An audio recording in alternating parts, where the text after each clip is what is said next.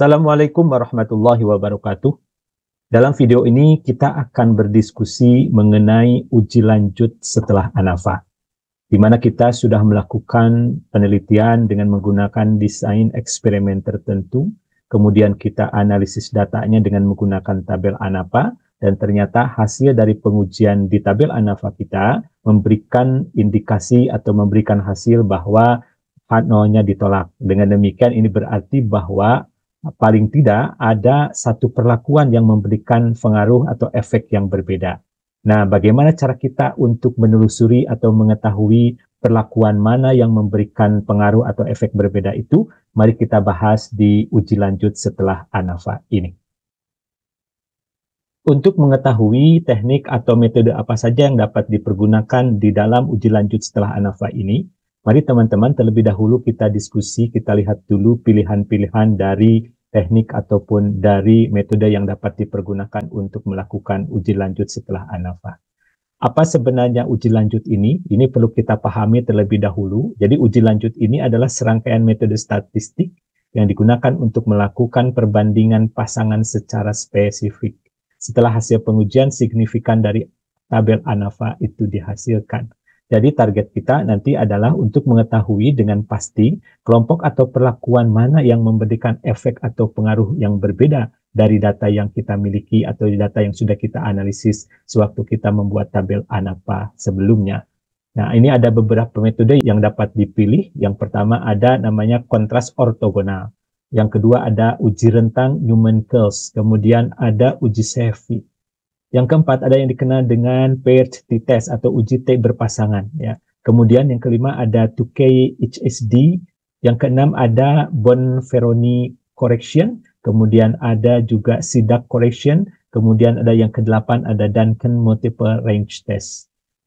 Teman-teman, mari kita lihat satu persatu. Yang pertama adalah kontras ortogonal. Kontras ortogonal ini dikenalkan atau dibangun oleh Ronald A. Fisher yang mengembangkan konsep kontras ortogonal itu sekitar tahun 1910 hingga 1960. Ini merupakan kombinasi linear dari parameter yang menghasilkan nilai 0 saat dikalikan dengan setiap kontras yang lainnya. Nanti prakteknya akan lebih jelas teman-teman lihat. Efek dari suatu kontras tidak terpengaruh oleh efek dari kontras lainnya. Jadi satu kontras dengan kontras lainnya akan diasumsikan independen atau saling lepas. Kemudian kontras tersebut secara langsung mencerminkan perbandingan yang dimaksud antara kelompok perlakuan. Yang kedua ada uji rentang Newman-Kells.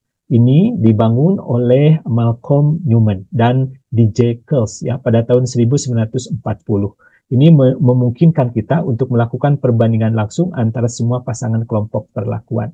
Kemudian memungkinkan juga untuk melakukan penyesuaian tingkat signifikansi yang digunakan dalam pengujian hipotesis untuk setiap pasangan kelompok perlakuan yang kita bandingkan.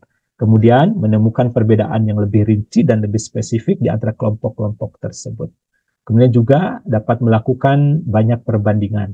Ada potensi ini meningkatkan kesalahan tipe pertama, yaitu kesalahan di mana kita akan menolak hipotesis nol yang sebenarnya adalah benar atau harusnya diterima. Yang ketiga ada uji Cepheid. Konsep ini digagas oleh Zbigniew pada tahun 1959.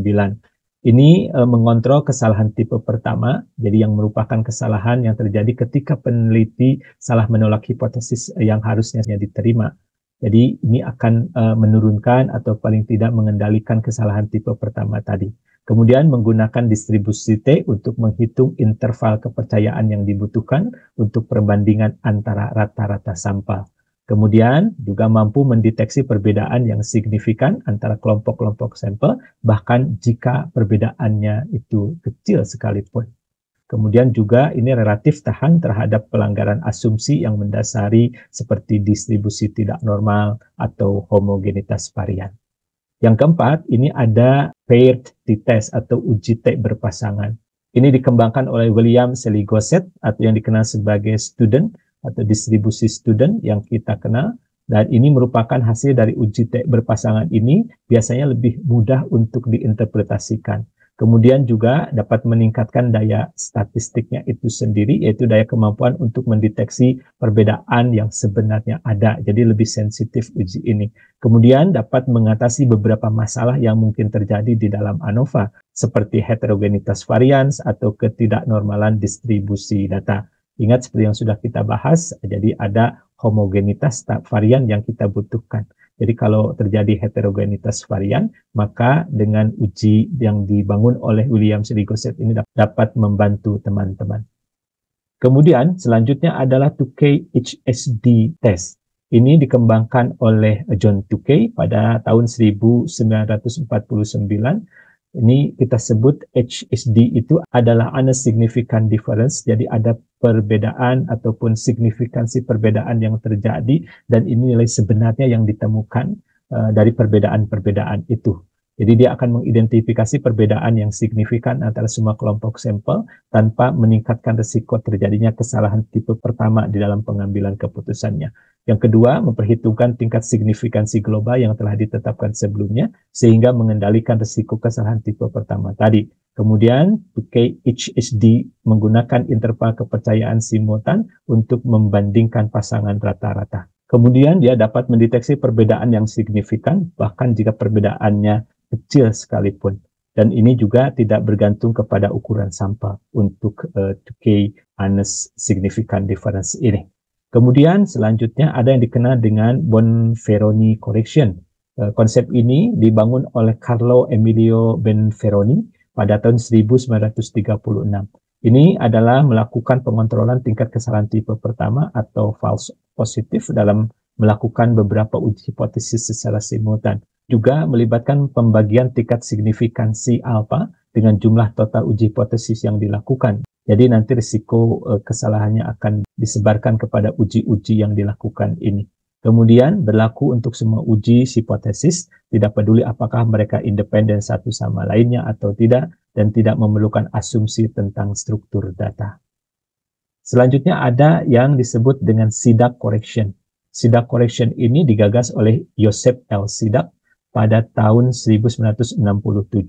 Prinsip utamanya adalah untuk mengontrol tingkat kesalahan tipe pertama, ya, seperti pada umumnya metode-metode yang sebelumnya.